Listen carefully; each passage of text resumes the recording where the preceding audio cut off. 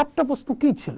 প্রথম প্রশ্ন, তৎকালীন সরকারের সময় অবশ্য এই সরকার না, অন্তর্বর্তী সরকারও না, পলিটিক্যাল সরকার, 1971 সালে আপনার এবং আপনার পরিবারের ভূমিকা কী ছিল? দ্বিতীয় প্রশ্ন, ছাত্রাবস্থায় কোনো রাজনৈতিক দলের সাথে সম্পৃক্ত ছিলেন কিনা, থাকিলে সংগঠনটির নাম কি?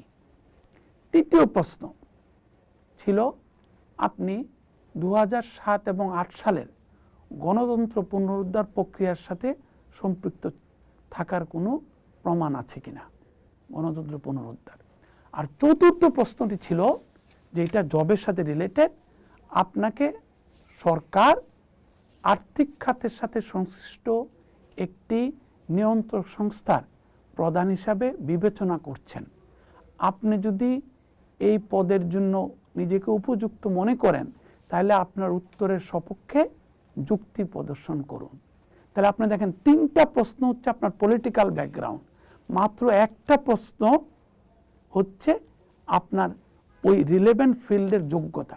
সেইটাই কিন্তু আপনাকে বলে দিবে যে ব্যাপক যদি কোনো পরিবর্তন না আসে আমরা কিন্তু এটার মধ্যেই পড়ব। যতই পরিবর্তনের কথা বলুক, আসলে তারা পরিবর্তনকে পছন্দ করে না কিংবা পরিবর্তনকে ভয় পায়। সেটা আমাদের ম্যানেজমেন্ট সায়েন্সে বলে do not rock the boat too much. জাতি পরিবর্তনের জন্য যদি তৈরি না থাকে, সরকার তো পরিবর্তিত হতে পারে না। ভালো কথা বলতে পারে,